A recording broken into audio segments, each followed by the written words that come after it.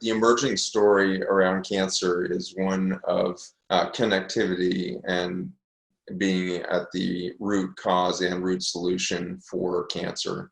And it is so empowering to find out that that is in our omnipotence, as Lynn so beautifully stated.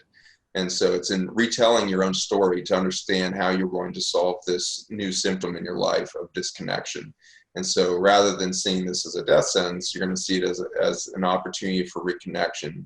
And the location of your cancer can be a very powerful way to guide you in this. And so for many of us in the medical field, we're astonished by the amount of lung cancer we're suddenly seeing over the last 5 years, an explosive rate of growth in lung cancer.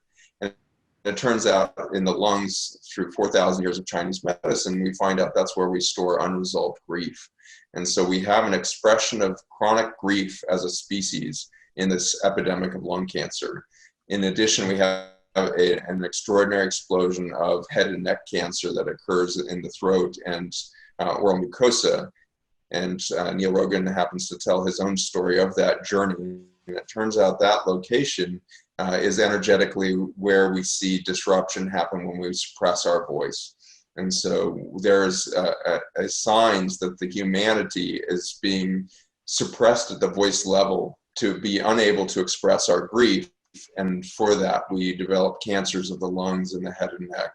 And so in the understanding that when a cancer occurs and you have the opportunity to then go ask, what does that organ system represent in the way in which I carry my stress and the way in which I must manifest disconnection to have a cancer in that space, the emerging story of cancer is this is your opportunity to reconnect and tell a story that is much deeper than this moment of cancer, and maybe is deeper than the story of your own life, and maybe is a story actually of the human condition, of a silenced voice, of an oppressed being, of an oppressed emotional, sensual entity or spirit.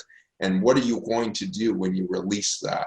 And so if you're going to go after chemo, radiation, and surgery, it should only be a stepping stone to the opportunity to express the reconnection and the resolve or reconciliation of this chronic injury within humanity. And so this is the emerging story, is that we are here to be empowered rather than attacked by cancer. Cancer can empower us into a motivated and expressive element of the population or of the community itself.